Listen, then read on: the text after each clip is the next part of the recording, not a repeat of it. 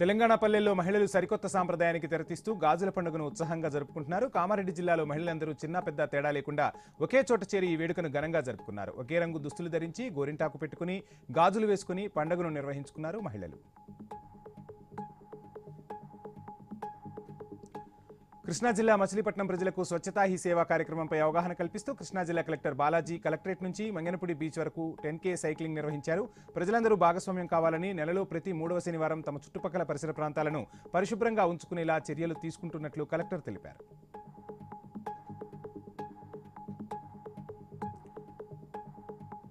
కామారెడ్డి జిల్లాలో మద్యం సేవించి వాహనాలు నడుపుతూ పట్టుబడిన 33 మందికి కోర్టు శిక్షలు విధించింది. రోడ్డు ప్రమాదాలను అరికట్టడానికి జిల్లా పోలీసులు నిరంతరంగా డ్రంక్ అండ్ డ్రైవ్ తనిఖీలు నిర్వహిస్తున్నారు. తనిఖీల్లో పట్టుబడిన వారిని కోర్టులో హాజరుపరచగా న్యాయమూర్తి జైలు శిక్షలు, జరిమానాలు విధించారు.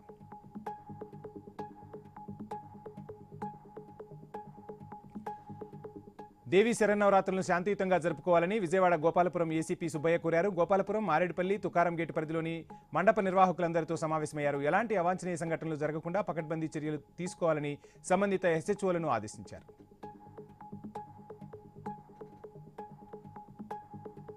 హైదరాబాద్ దుండిగల్ సమీపంలోని చర్చి గాగిల్లాపూర్ వద్ద రోడ్డు ప్రమాదం చోటు చేసుకుంది. 2 ప్రైవేటు బస్సులు ఓవర్టేక్ చేస్తుండగా ఈ ప్రమాదం చోటు చేసుకుంది. ఈ ప్రమాదంలో 15 మందికి స్వల్ప గాయాలు కావడంతో సమీప ఆసుపత్రికి తరలించి వారికి చికిత్స అందిస్తున్నారు.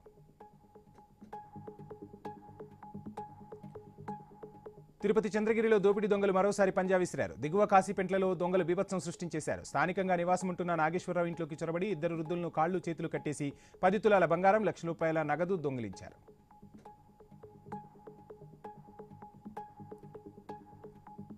ప్రకాశం జిల్లా టంగుటూరులో స్వచ్ఛాంధ్ర స్వర్ణాంధ్ర కార్యక్రమం నిర్వహించారు. ఈ కార్యక్రమంలో రాష్ట్ర మంత్రి స్వామి పాల్గొన్నారు. ప్రతి ఒక్కరూ ఈ కార్యక్రమంలో భాగస్వాములు కావాలని పిలుపునిచ్చారు.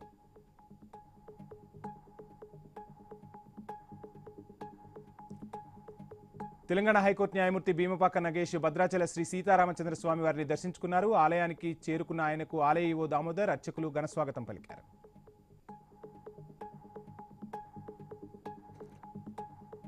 జోగులాంబ గద్వాల జిల్లా ఐజాపట్నంలో టెక్యూన్ పాఠశాలలో బతుకమ్మ పండుగ, దసరా సంబరాలు ఘనంగా జరుపుకున్నారు. బతుకమ్మ, దసరా పండుగల ప్రాముఖ్యతను వివరించేందుకు ఈ కార్యక్రమం ఏర్పాటు చేసినట్లు ప్రిన్సిపల్ తెలిపారు.